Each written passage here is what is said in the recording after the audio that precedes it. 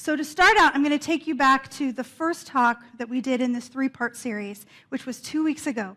And if you are new or were not here 2 weeks ago, let me help you out. God is only love, and only love is real. The end.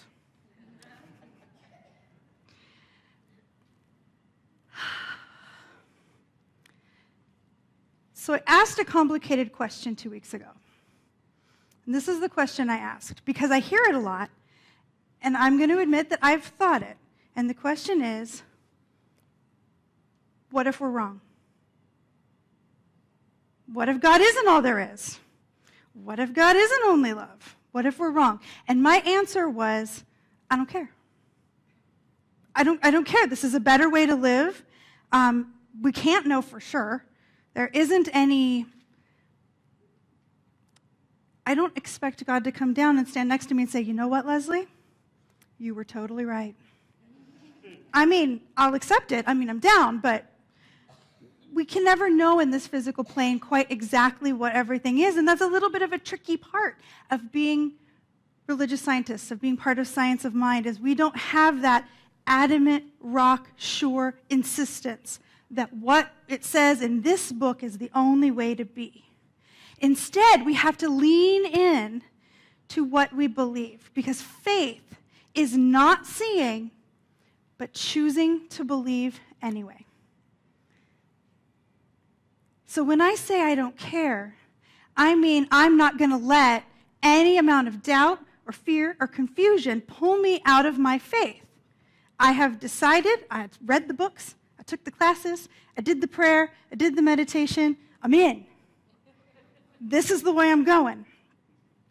It's important that we talk about faith, because every time we're upset, hear this, every time we're upset, it's because we're putting more faith into the thing we're afraid of than into God. Ooh, deep breath. Every time we're upset, we're putting more faith into the thing we're afraid of instead of God. Don't believe me? Get a positive cancer test. Woo! We put some serious faith into those test results, right? We don't call it that, but that fear that comes up, that's a belief in that scientific, physical thing, as opposed to in the faith that God is only love, everything is healable, all is well. So when I talk about busting out of prison, because we're busting out of prison, I'm talking about the prison of our own devising that comes from fear-based thinking. And to some degree, all of us are caught in a prison of our own creation, and it's completely fixable. Freedom is available for us, but we have to do it. We have to start with how we think. In our book of the month, which is Marianne Williamson's A Return to Love, she says, you must learn a new way to think before you can master a new way to be. You have to start with what's going on in your own head. A question I get a lot then is how? How do you do that? And so I'm going to turn into the beloved work, it's beloved to me, of Reverend Dr. Marcia Sutton and Reverend Dr. Lloyd Strom. And that's why you have a little card. Somebody wave their card for me. There we go. This is a piece, just one portion of our healing service, which is based on their work, which is a fear to faith process, and we're going to use it for this talk. So we're going to talk about the prison of fear. Oh. We all have something we want to do. A dream, a goal, a vision, a calling. Everybody got it? It popped right to your mind, didn't it? That thing you want to do that maybe you're a little afraid to do, or you want to do it, but it doesn't seem realistic, or you're not sure you're good enough, and it comes up over and over again, right?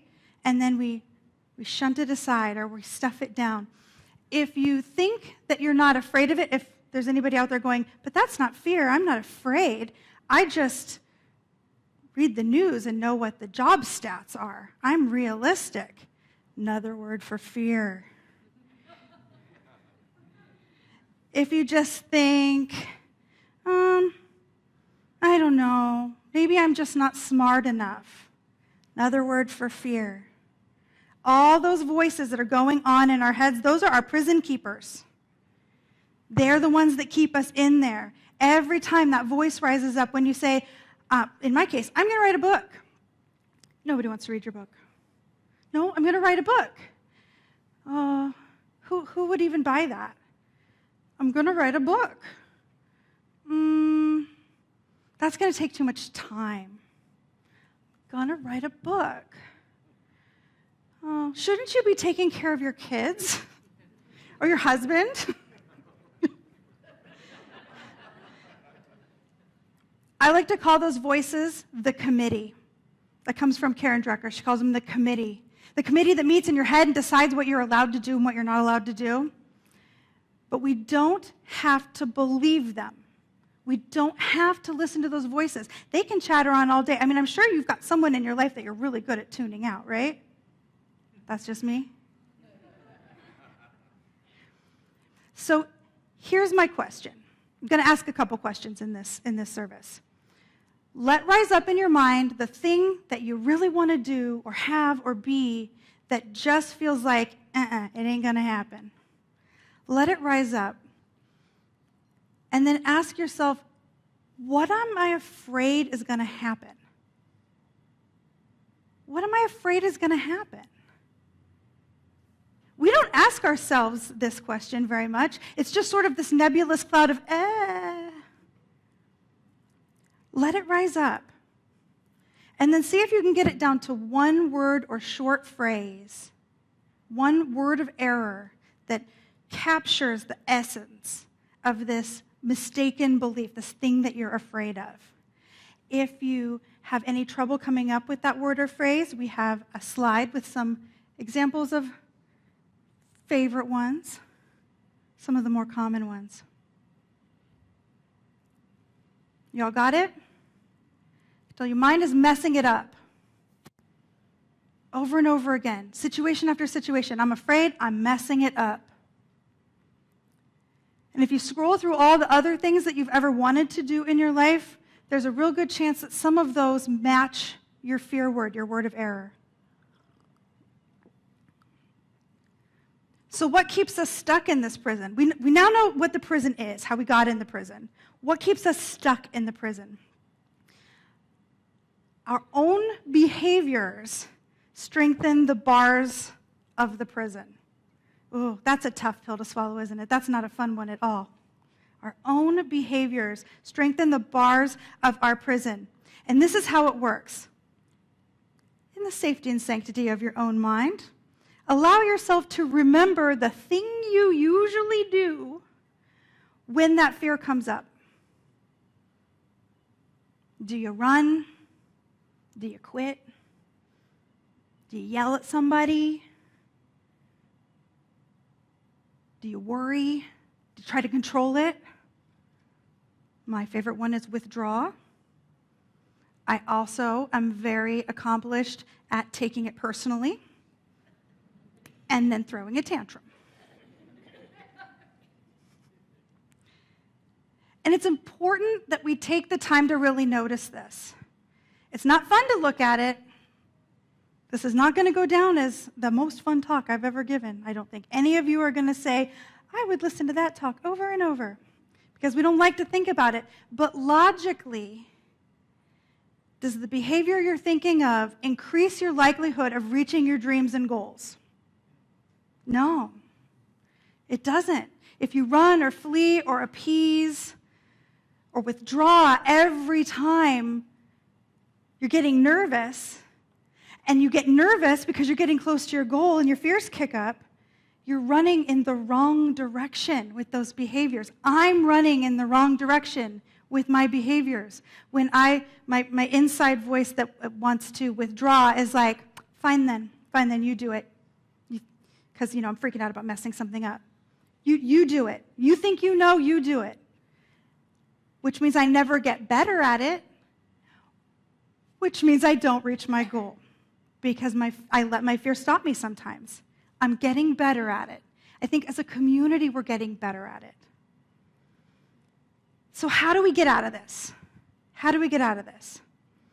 Ernest Holmes just laid it out flat. fear has brought confusion, faith will give birth to confidence. Anxiety has brought days of conflict and nights of dread. Faith alone can heal this confusion and drive from our minds all thoughts of fear and dissipate all anxiety. Love can bring harmony in our lives. Faith is love in action.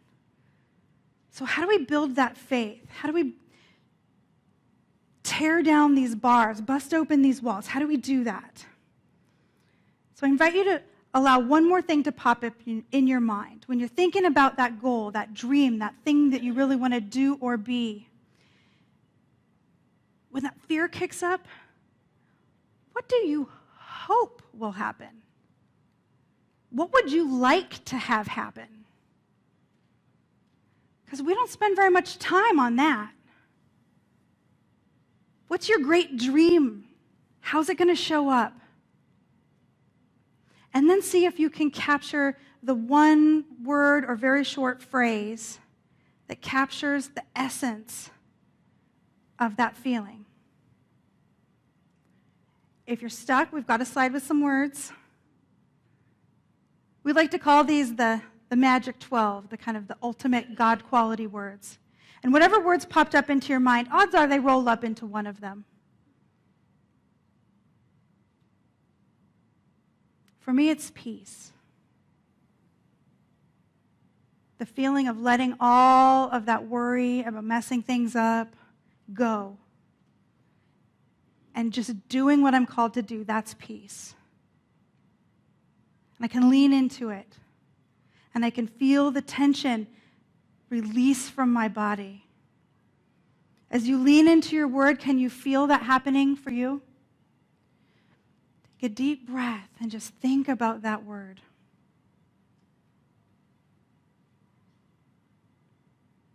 Faith is love in action. So when we lean into our word of faith, we're being love, we're being God, we're being spirit, we're allowing it to work through us to bring into our experience that dream, that goal, that thing we want to be or do or have or experience. We can't both stay stuck in a prison of fear and lean into a heart of faith at the same time. Brain doesn't work that way. It's one or the other, and we get to pick. We get to pick where we're putting our attention. We get to pick by what we intentionally choose to think about. So you have a card. And the wonderful thing about the process involved in this card is it's homework. Yay! I think yay.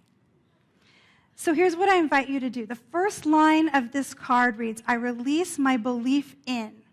And I invite you to write down your word or phrase of error. Fear, debt, lack, illness, rejection, death, conflict, whatever one came up for you.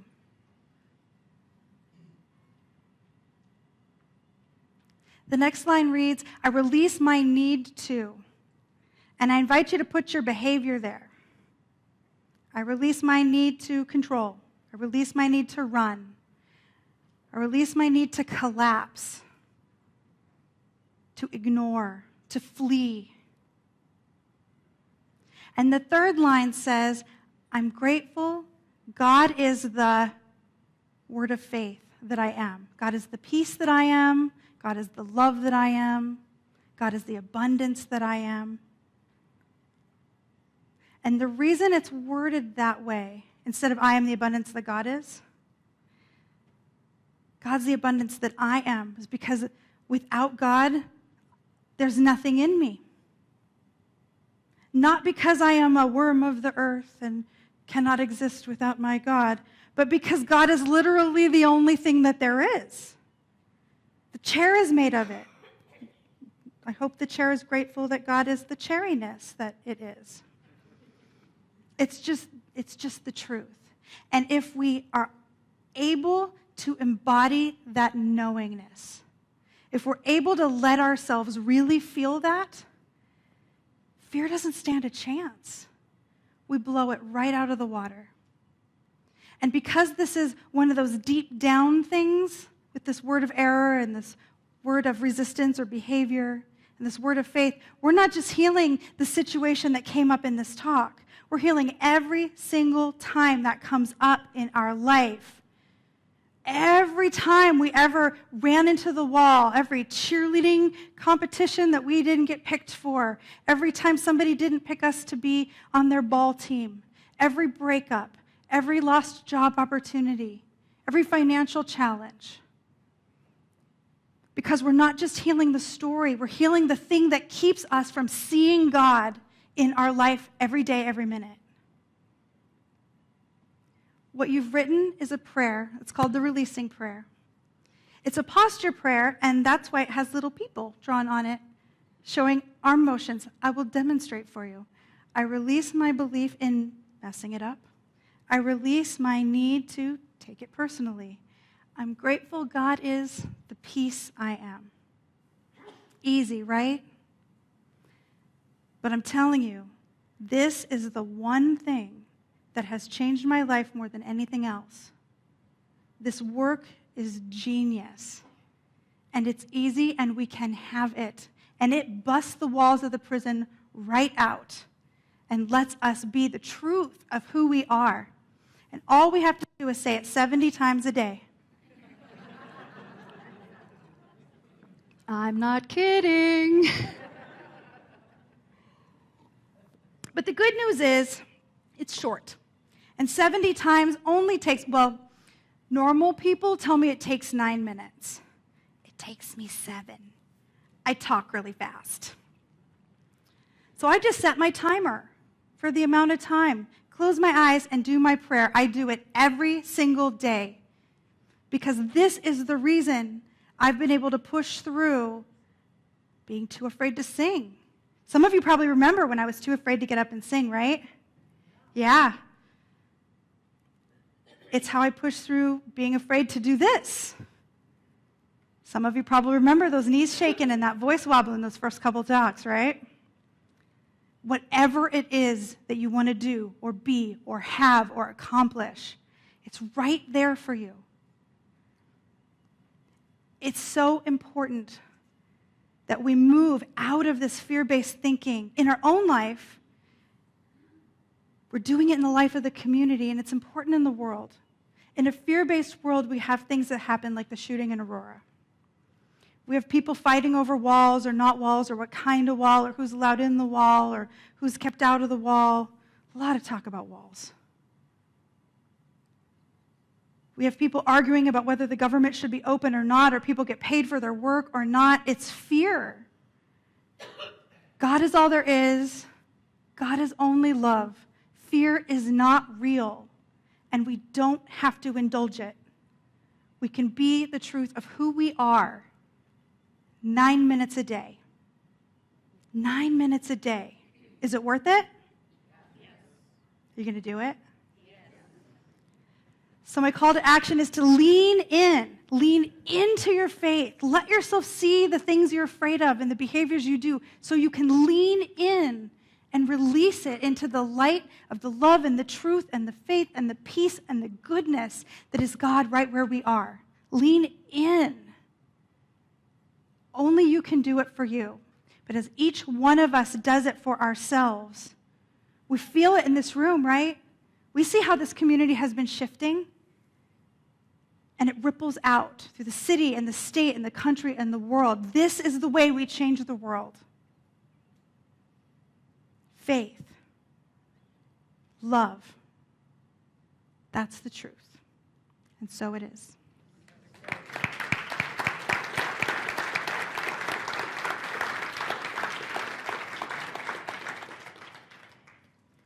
So I invite you to join me in prayer as I recognize that that one that I keep speaking of, that Spirit, that God, that infinite source, whatever we want to call it, that energy that connects every mind to every mind and every heart to every heart, is right here, right inside each and every individual as the indwelling Spirit. We teach that every person can become a revealer of God that chooses to live in close communion with Spirit. And through these prayers and through these meditations and through this willingness to be the place where God shows up, we are healed profoundly. And so I know a healing is happening right now in the hearts and minds of each and every person in this room that is willing to lean in.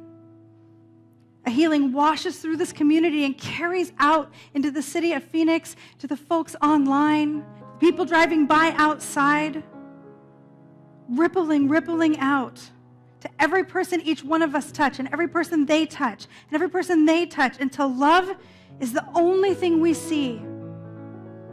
And as this happens, that calling of God that shows up as I want to write a book, or I want a different job, or want to get married, or want to have a baby, those things that rise up that used to make us afraid fall away because we're accomplishing them. We're experiencing them. So they're off of our to-do list, and instead they're in our life. That's what a life of faith does, and I claim it for each and every one of us, for this center and for this world. I'm so thankful for the truth, to know that it is done. And I release this word into the action of universal law, which always says yes. I call it good and very good. And so it is.